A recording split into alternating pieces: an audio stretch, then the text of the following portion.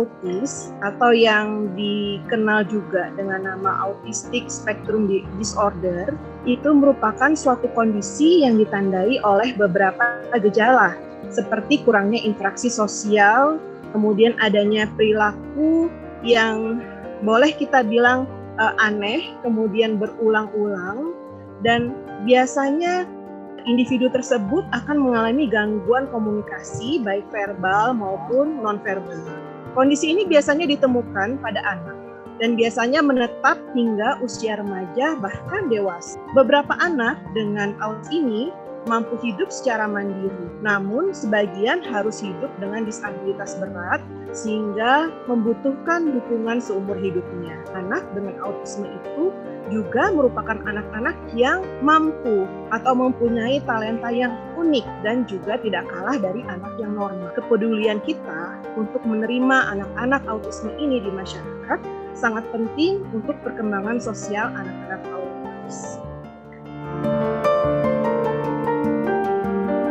Yang pertama adalah ciptakan lingkungan yang konsisten. Anak-anak autis memang tidak terbiasa untuk menerima perubahan secara mendadak. Jadi kita bisa memberikan satu lingkungan dengan satu ritme yang teratur dan konsisten. Kalau kita ingin memberikan satu perubahan, itu harus dengan bertahap ya atau pelan-pelan. Kemudian yang kedua, ciptakan rutinitas untuk kegiatan anak. Terkadang anak hanya bersifat meniru, tapi apabila kita membuat satu rutinitas, maka yang ditiru anak itu akan menjadi satu kegiatan yang terstruktur dari hari ke hari. Dan jangan lupa, kita harus memberikan pujian jika anak memberikan perilaku yang baik sesuai dengan yang sudah kita terapkan ya di dalam kehidupan sehari-hari. Nah, orang tua juga harus membuat atau menciptakan perasaan yang nyaman pada anak.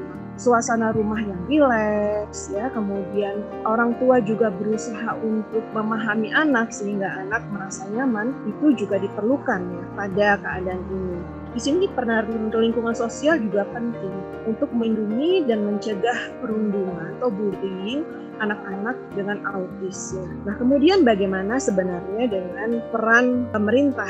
Yang jelas, anak-anak autis itu punya hak yang sama, misalnya terhadap akses terhadap pendidikan yang layak. Sebenarnya ini sudah dijelaskan pada Undang-Undang Nomor 8 Tahun 2016 tentang penyandang disabilitas, bahwa pemerintah menjamin hak bagi penyandang disabilitas termasuk di dalamnya pendidikan. Kemudian pada level pemerintah daerah, menurut Permen Pendidikan Nomor 70 Tahun 2009 tentang pendidikan inklusif, menyatakan bahwa pemerintah kabupaten dan kota wajib menunjuk paling sedikit satu sekolah di setiap kecamatan untuk tempat belajar anak-anak kebutuhan khusus. Dan semoga kita semua juga akan mampu menerima anak-anak autis ini di sekitar kita.